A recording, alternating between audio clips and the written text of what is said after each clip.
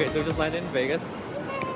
And since this is America, there's actually Uber here, which we don't have in Vancouver yet. But we're debating if we should just take a taxi because it's here already. Yeah, so we either take Uber, taxi, or shuttle.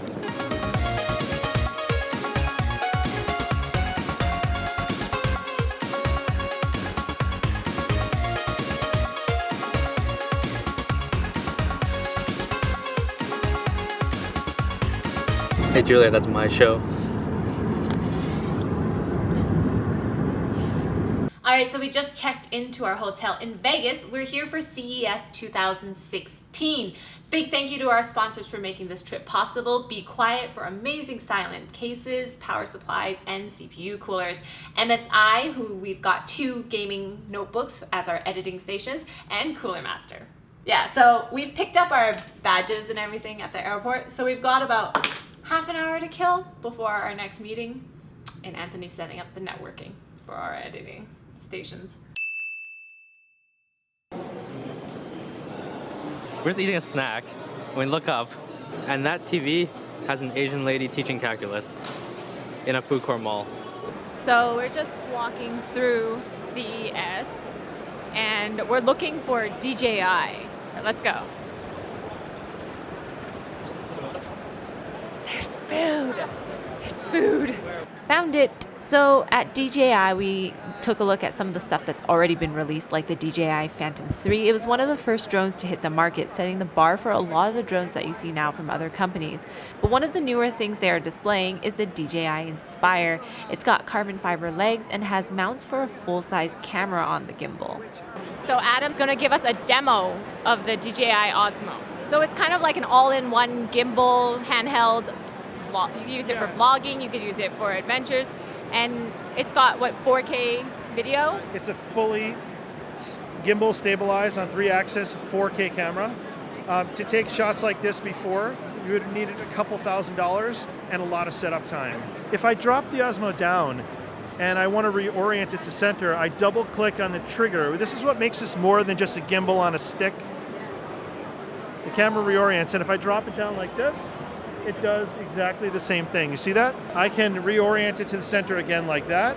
And I can also say, wait, I am taking a picture of you, taking a picture of me, and hold the trigger in, and it's going to stay focused on that object. Pretty cool, huh?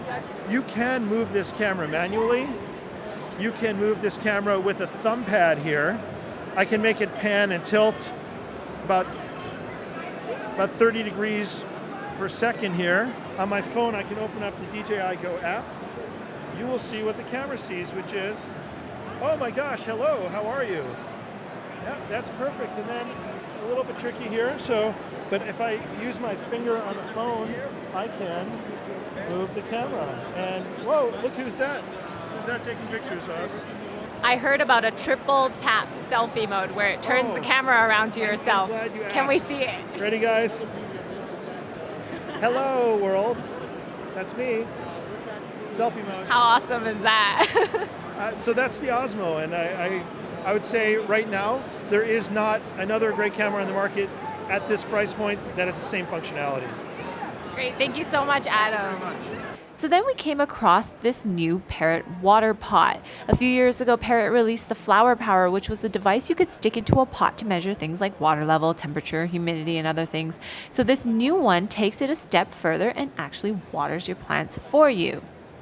They also unveiled a new lightweight drone. It's not a quadcopter, but instead it's a single propeller plane-like drone. It's called the Parrot Disco. It's got a fixed wing plane with a stabilized camera, and it's supposed to be as easy to fly as one of their other quadcopter drones. And it takes off just by throwing it. And all of this is controlled via Parrot Sky Controller. So this is a 3D printer from XYZ Printing. On the surface, it looks like a regular 3D printer, but it's got multiple color filaments for multicolored prints, which we don't see that often. So speaking of smart home gadgets, we came across Blink. It's a wireless security camera system that shoots in 720p and records to the cloud. It runs off 2 AA batteries with a supposed runtime of 1 year, and you can connect as many as you want together. And you can add an SD card recorder module to have a local copy as well. I found the food, but I don't know what those are. Should we eat some? No, let's go find cake.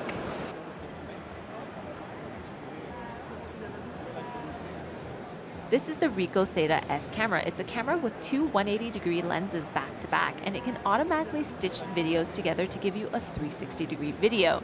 Right beside it is the Lily, which is supposed to be the unmanned drone that you can throw up in the air to launch. It's supposed to follow you around like an action movie, which is kind of cool. This is the Logitech G920 driving force wheel. It's the PS4 version of the same G29 wheel that we reviewed on our main channel, which you can watch by clicking in the corner. Next is the Hi-Fi Man HE1000 reference headphones. The name isn't well known, but just look at how nice they are. It's got wood, brushed metal, large leather ear pads that just sit around your ears. Finally, we have the Soma Bar robotic bartender. It's literally like the name implies. Stock it with some alcohol, pick the drink from the app, and voila, it makes it for you. So next up, we checked out Lenovo, and we were actually quite surprised as they were displaying their gaming Y series. And apparently this is huge in Asia, but it's almost non-existent in North America to us. They were displaying their new curved 27-inch G-Sync 144Hz gaming monitor, which should come in at just under $600 US. They had a prototype headset on display as well. They didn't have many details, but we do know it uses 50mm drivers and a retractable noise-canceling microphone.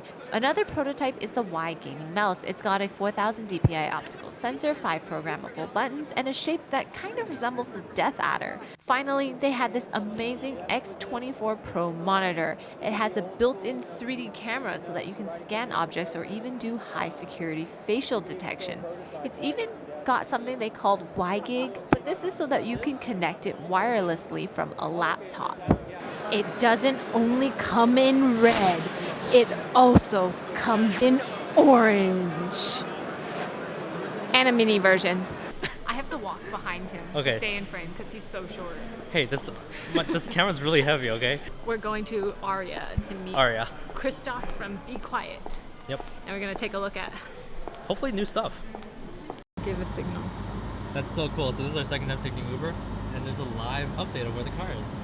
That's probably not new to anyone who's taken Uber before, but... We're in from Canada. We don't have Uber. So, of course, we saved the best for last, and we're here at Be Quiet's suite here in Aria, and they're showcasing a few refreshes from this year. The main updates are a new red color for the Silent Base series of cases, and a new budget-friendly power supply that still uses a high-quality fan and flat black modular cables. Other than that, we heard a rumor that they might have liquid cooling coming soon, but again, that's just a rumor. So that wraps up day 0 at CES 2016. Be sure to subscribe for more daily videos like this. We'll be posting them throughout the CES duration. And also don't forget to check out our main channel where we'll be doing a daily news recap of some stuff that maybe we missed here.